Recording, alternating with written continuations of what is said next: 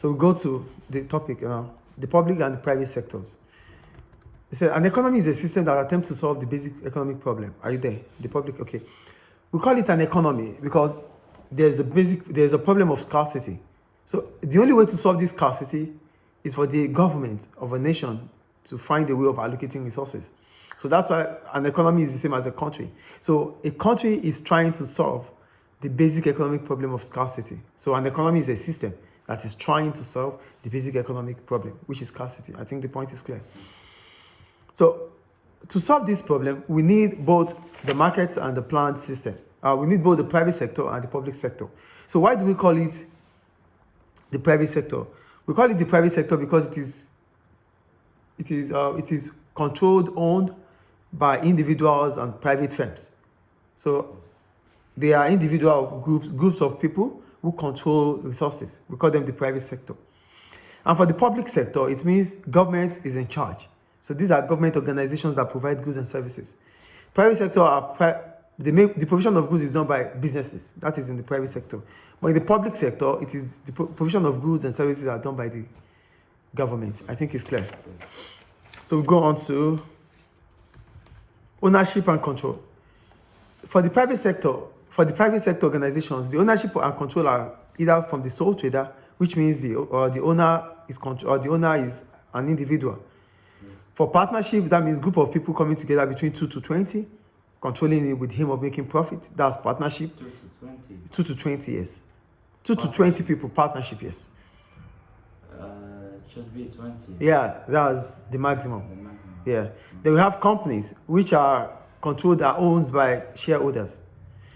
I think it's clear. So we go to the aims and objective of a private sector business. What are the aims of a private sector? One of the aims of private sector is survival. When we talk about survival, it means continuous operation. So for continuous operation or for survival, we talk about businesses that are newly established, new startup businesses.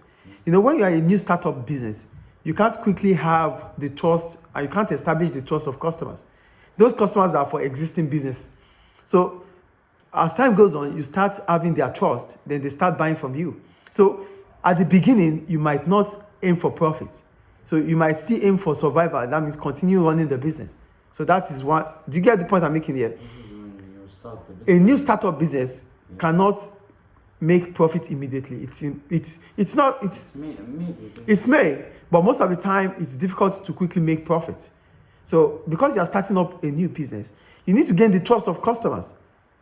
Yes. You need to establish yourself, and establishing yourself might take time. If you are a multinational. A multinational business is not a new business. You can't be a new business and be multinational. A new business in another country.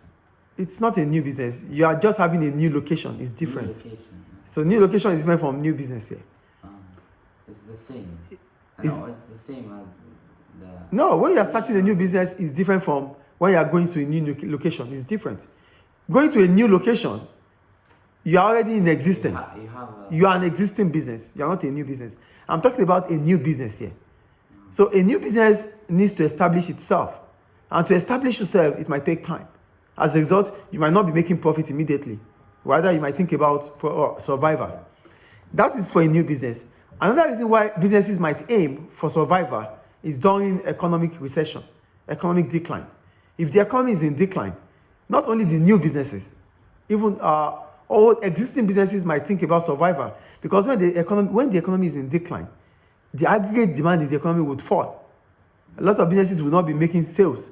As a result, you only try to continue the business. You only want to be in the business. So you can't make profit at that time. Do you understand? So during recession, business might not be able to make profit. Rather, it might aim to survive. Is it clear?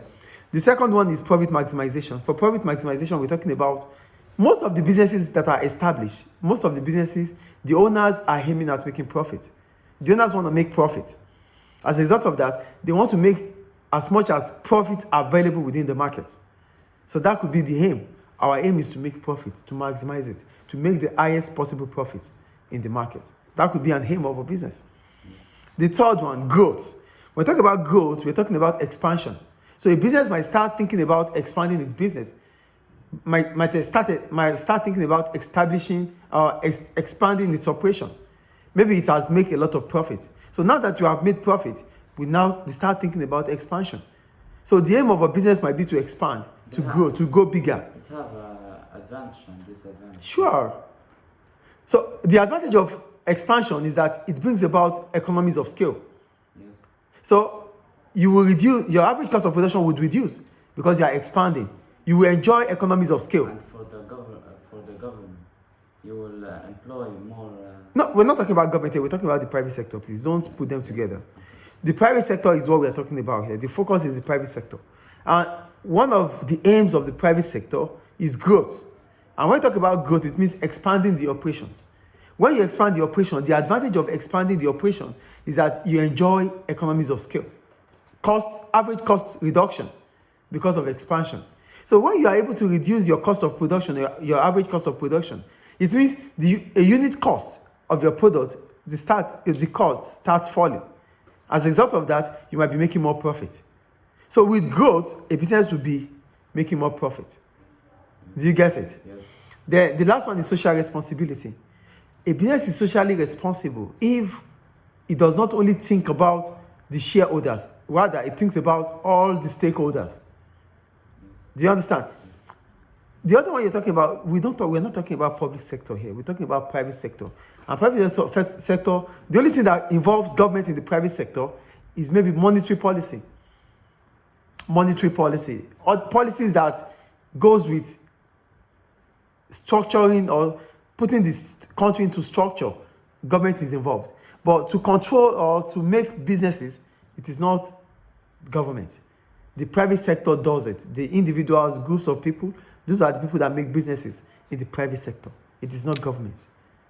Mister, it's not. It is good for the government.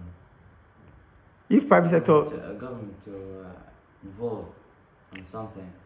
yeah, It's good it has its own advantages, it has its own problems.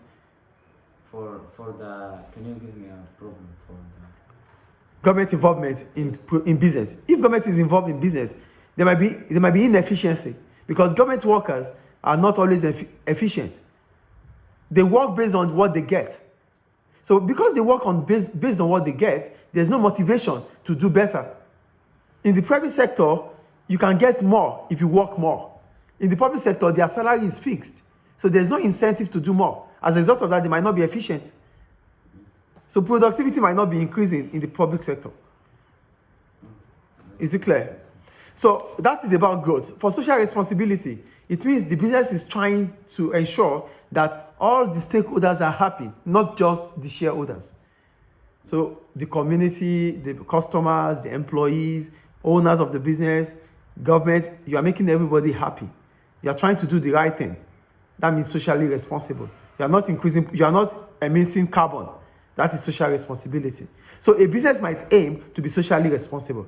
Is it clear? So this is all about the private sector. Any question about private sector? Good. So we'll go to public sector now.